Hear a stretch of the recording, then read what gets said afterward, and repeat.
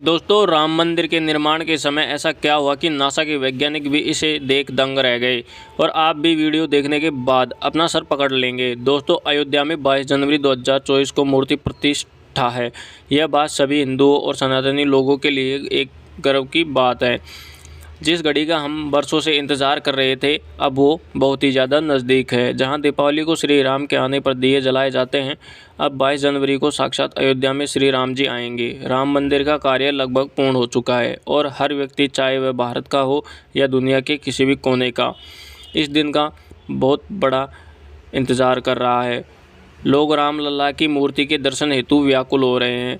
श्री राम की मूर्ति बनाने हेतु देश के 3 सबसे बड़े कलाकार बुलाए गए थे और जो भी इस पल को अपनी आंखों से देखेगा वह जीवन मरण के बंधन से मुक्त हो जाएगा, क्योंकि 22 जनवरी 2024 को राम मूर्ति की प्राण प्रतिष्ठा है। लेकिन इस मंदिर के निर्माण के समय ऐसी घटना घटित हुई है कि लोगों को अपनी आंखों पर यकीन नहीं हुआ और वैज्ञानिक भी हैरान है कि आखिर यह हो कैसे सकता है, या दूसरा कहे तो ये भगवान श्री राम का ही चमत्कार है। आखिर ऐसा क्या हुआ कि राम मंदिर के निर्माण के समय, उसे जानने से पहले यदि आप भी प्रभु श्री राम के भक्त हैं तो कमेंट में जय श्री राम ज़रूर लिखें और ये वीडियो आप कहां से देख रहे हैं वह भी ज़रूर कमेंट करें।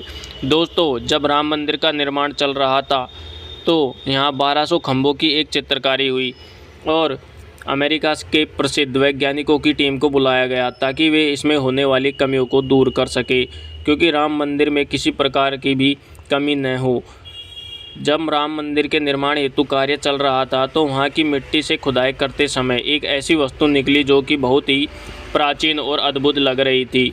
इस प्रकार से मिली हुई इस अद्भुत वस्तु को कारीगरों के दिमाग को हिलाकर रख दिया और स्वयं वैज्ञानिक भी इसके कारण सदमे में हैं कि जिसके उपरांत एक सभा बिठाई और उसकी जांच पर लगा दी गई।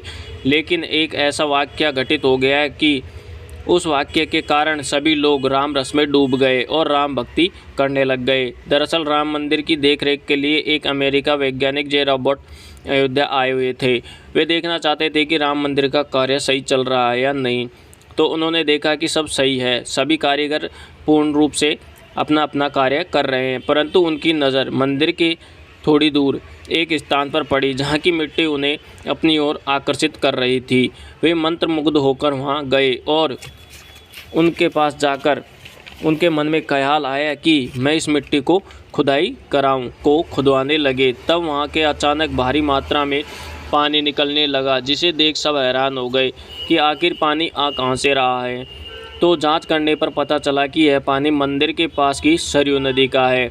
सब हैरान थे कि यहाँ ये कैसे हो सकता है, पानी कैसे आ सकता है। कुछ लोगों का कहना था कि यह स्वयं सरयू मान है जो मंदिर के निर्माण में अपना सहयोग प्रदान कर रही है।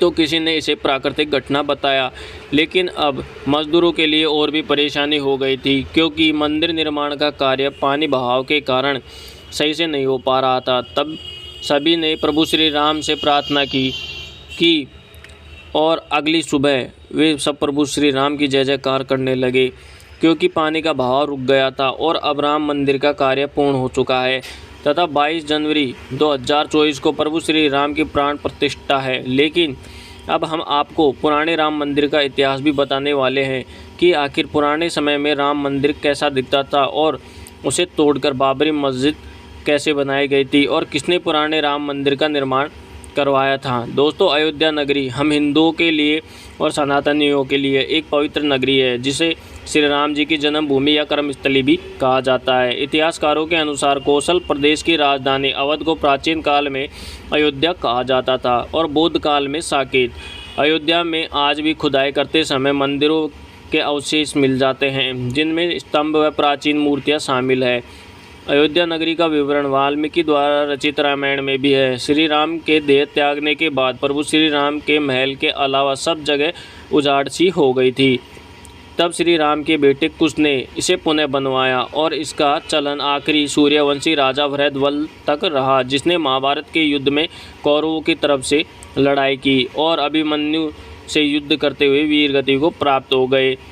अयोध्या पूर्णतः उसके बाद उजड़ सी गई थी, परंतु ऐसा कहा जाता है कि 100 ईसा पूर्व उज्जैन नरेश विक्रमादित्य आखेट के लिए यहाँ पे आए थे और आखेट करते करते अयोध्या पहुँच गए थे। इस भूमि ने उन्हें अपनी ओर आकर्षित किया और इसके बारे में उन्होंने आसपास के ऋषि मुनियों के द्वारा इसकी चर्चा की। तब ऋषियों से आज्ञा लेकर उन्होंने यहाँ पर कुएं, बावड़ी, बगीचे आदि बनाए। विक्रमादित्य के बाद में सभी राजाओं ने बारी बारी इसकी देखरेख की। उसी वंश के शासक पुष्यमित्र शुंग ने जीर्णोद्धार करवाया था। वह इनका एक शिलालेख अयोध्या में भी मिला था।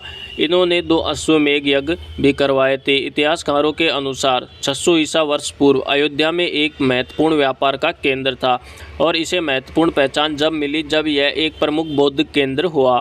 उस समय इसका नाम साकेत था। इसके कुछ समय बाद ईसा की 11वीं शताब्दी में कन्नौज नरेश जयचंद आया और मंदिर पर स्थापित विक्रमादित्य के शिलालेखों को उजाड़कर अपना नाम और पानी दे दिया तथा पानीपत के युद्ध में जयचंद का भी अंत हो गया, जिसके बाद भारत में आतंक और बढ़ गया और काशी, मथुरा व अयोध्या को लूट लिया गया। लेकिन 14वीं शताब्दी तक भी उनसे राम मंदिर नहीं टूटा और सिकंदर लोदी के शासनकाल में के दौरान तक यह मौजूद था। लेकिन उसके बाद मुगलों का शासन हुआ। वह राम मंदिर तथा अयोध्या को नष्ट करने के लिए कई अभियान भी चलाए गए और 1527 से 28 के मध्य इस भव्य राम मंदिर को तोड़ दिया गया और उसी जगह पर बाबरी ढांचा खड़ा किया गया। और बाबर ने के एक संस्थापक ने बिहार अभियान के दौरान अयोध्या में एक मस्जिद बनवाई, जिसके बाद औरंगजेब, जो कि बाबर के पूर्वजों से संबंधित था, एक मस्जिद बनाई अपने पूर्वजों की याद में, जिसे बाबरी मस्जिद कहा गया और अंत में उसे भी तोड़कर 500 साल बाद पुनः राम मंदिर बनाया गया। बोलो जय श्री राम। तो दोस्तों, इस प्रकार बाबरी मस्जिद को तोड़कर पुनः राम मंदिर बनाया जा रहा है और हिंदू धर्म के और सनातनी लोगों के लिए ये काफ़ी गर्व की बात है। आखिर जटायु भी आ पहुंचे अयोध्या भगवान राम के दर्शन हेतु। दोस्तों, आपको चारों तरफ गिद्ध नजर आ रहे होंगे जो प्रभु श्री राम के दर्शन हेतु आए हैं। जब से राम मंदिर निर्माण का कार्य शुरू हुआ है तब से राम मंदिर पर कई चमत्कार होते जा रहे हैं, जिस कारण श्री राम के प्रति लोगों में भक्ति का स्तर भी बढ़ता जा रहा है। दूसरे शब्दों में कहे तो राम जन्मभूमि चमत्कारों की नगरी बन चुकी है और इतने सारे गिद्धों को देख सब लोग हैरान हैं कि आखिर सब कैसे हो रहा है। इसको जानने के लिए आपको अंत तक वीडियो को ज़रूर देखना होगा और यदि आप भी प्रभु श्री राम के भक्त हैं तो चैनल को ज़रूर सब्सक्राइब कर ले और कमेंट में जय श्री राम ज़रूर लिखे। दोस्तों, गिद्ध एक जैसा जानवर होता है जिसके बारे में कहा जाता है कि यह मरे हुए पर बैठकर खाता है। हालांकि पर्यावरण को साफ सुथरा व सुरक्षित रखने में भी इसका महत्वपूर्ण योगदान होता है, परंतु गिद्ध की प्रजाति सन 2000 के बाद दिखाई नहीं दी और शायद आपने भी गिद्ध नहीं देखे होंगे। भारत में शायद अब किसी स्थान पर ये पाए ही जाते ना हो, लेकिन जब अयोध्या में राम मंदिर का निर्माण पूर्ण हुआ तो वहाँ सैकड़ों की संख्या में गिद्धों का झुंड आ गया, जो राम जी के दर्शन हेतु बड़ी मात्रा में आए थे। अब आप भी अनुमान लगाएं कि जो जीव वर्षों पहले गायब हो चुके हैं और राम मंदिर के समय उनका आना या यहाँ पर होना कोई साधारण बात तो नहीं है। यह स्वयं भगवान श्री राम का एक चमत्कार ही माना जाएगा। लेकिन जब इसका पता लोगों को चला तो चारों तरफ इसकी खबर गूंजने लगी और लोगों ने इसे एक चमत्कार बताया। मित्रों, जिस पल का लोगों को बरसों से इंतजार था वह घड़ी आ चुकी है। 22 जनवरी 2024 को श्री राम लला की प्राण प्रतिष्ठा है। इसके बाद सभी भक्तों के लिए राम जी के दरवाजे खुल दिए जाएंगे। राम मंदिर निर्माण में प्रतिदिन चमत्कार पे चमत्कार हो रहे हैं।